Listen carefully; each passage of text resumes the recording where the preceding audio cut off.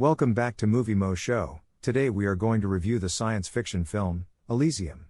If you like our content, don't forget to like and subscribe. We post multiple times daily. Spoilers ahead. In the year 2154, sickness is rife across the decaying slums that have overtaken the cities, and the earth is filthy, massively overpopulated, hot, and arid. On Elysium, a Stanford Taurus high-tech space station just beyond the Earth's atmosphere, the richest people have abandoned the globe and sought sanctuary. People in Elysium are overseen by President Patel, Far and Tahir, in a utopian society where access to private medical devices, known as med bays, that offer fast treatments for almost any illness or injury a person may face is available, while those on Earth are policed by cruel robots. Max DaCosta, Perry Cotton, and Frey Santiago, Valentina Gyros, two young people, are living among the ruins of Los Angeles, where the land is now a large desert and inhabitants only have access to small shacks.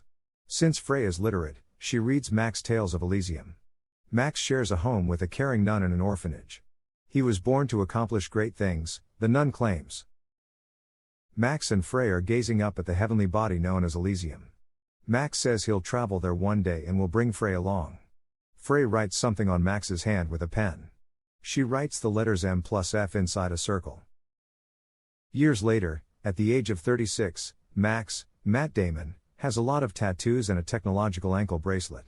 He's getting ready to get on a bus and go to work. He is in line and is being approached by two security robots. Max responds in a sarcastic manner when asked what he is carrying in his pack. They assault him twice, ripping off his backpack before breaking his wrist. He is routinely targeted for harassment since he is a felon, a past vehicle thief, and is now on parole. Max, known as number 6722, and Frey, who is now a nurse, run into each other by mistake at the clinic where he goes to get his arm fixed.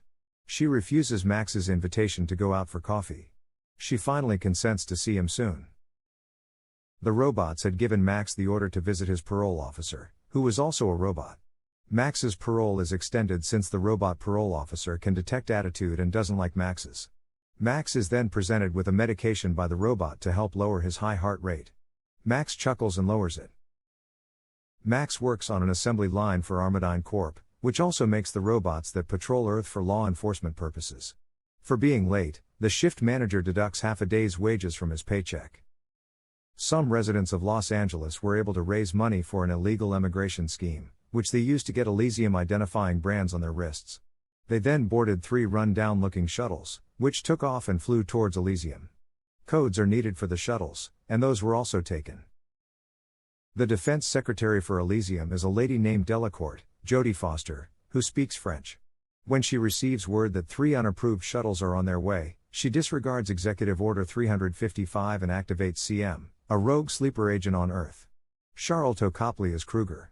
Kruger pulls out a shoulder-fired ground-to-air missile launcher and launches 4 missiles right away.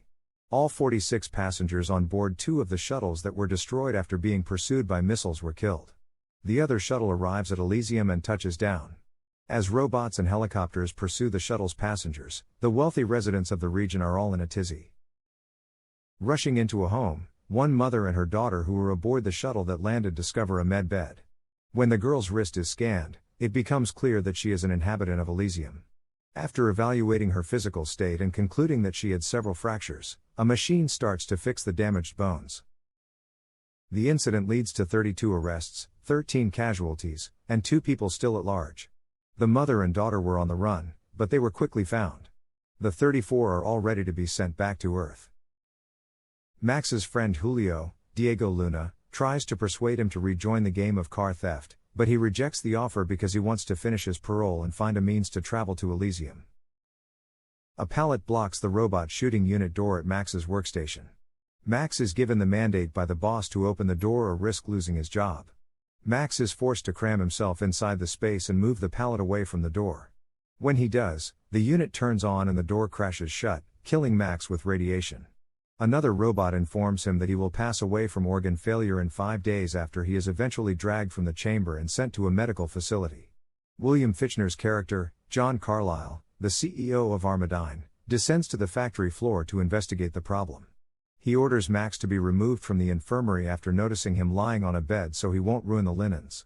In order to ease Max's agony and maintain him physically healthy till his death, a robot administers him some medications.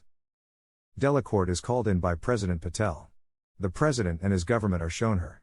They are not pleased with her for using Kruger to carry out her order to shoot the shuttles down. Delacourt is arrogant because she slams Patel and all but brands him a coward who, in the absence of people like her, would see Elysium destroyed. If Delacourt makes another mistake, Patel says she'll be fired. She is to quit using Kruger, he commands.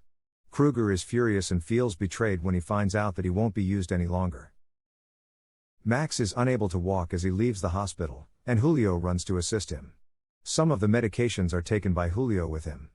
Max tells Julio that in order to travel to Elysium, he needs to speak with Spider, Wagner Mora, the rebel who is in charge of the shady transports there. Max is compelled to travel right away because he needs a med bay to recover. Matilda, Emma Tremblay, Frey's little daughter, suffers from seizures. She had been bringing her to work with her, but she was told to leave her daughter at home because the physicians couldn't treat her. When Max and Julio arrived at the sophisticated rebel command post, Max asks Spider for an identifying badge and a ticket to Elysium while making a commitment to return and work for him. He reminds Spider of the 3 years of prison time he served for him. Spider makes Max a proposition. If he can gain access to a high-ranking official's mind and extract passcodes and other classified information that would give Spider access to money, he'll ensure that Max can travel to Elysium. Max must allow what seem to be little more than glorified tattoo artists to do surgery on him. They hook a data collection device to Max's brain and attach a third-generation powered exoskeleton to his body.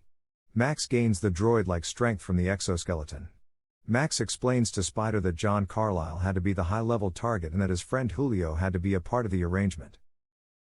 Delacourt makes a deal with Carlyle to develop a program that can override Elysium's computer core in exchange for the presidency, swearing to safeguard Elysium and her own power. A 200-year contract for the provision of fundamental services to the inhabitants of Elysium would benefit Carlyle. Carlyle creates a brand new computer protocol dubbed Saber Cerebral Defense and installs it into his own brain-computer interface.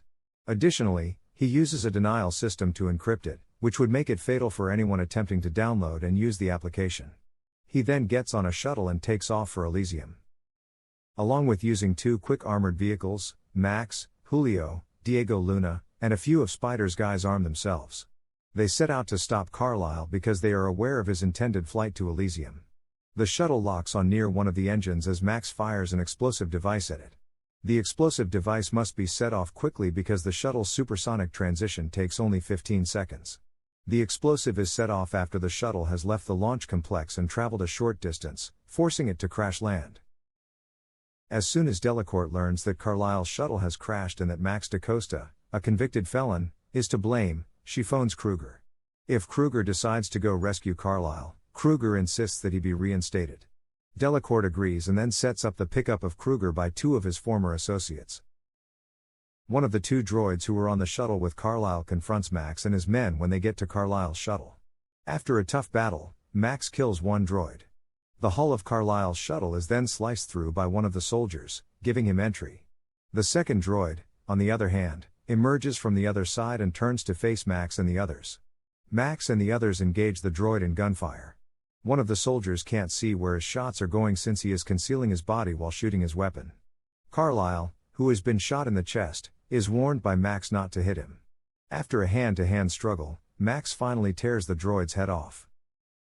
A head-to-head computer connection between Max and the rapidly deteriorating Carlyle is immediately established by Max and his men, but something is amiss and Max's computer specialist claims he cannot interpret the data being exchanged. They have run out of time since Kruger and his henchmen have shown up. Max falls when he tries to run, and Julio must stop to assist him because the downloaded data is giving Max head agony. The weaponry Kruger has on board the shuttle are incredibly potent. He fires and knocks one of the vehicles Max and his crew were driving over. Thank you for watching and don't forget to like and subscribe.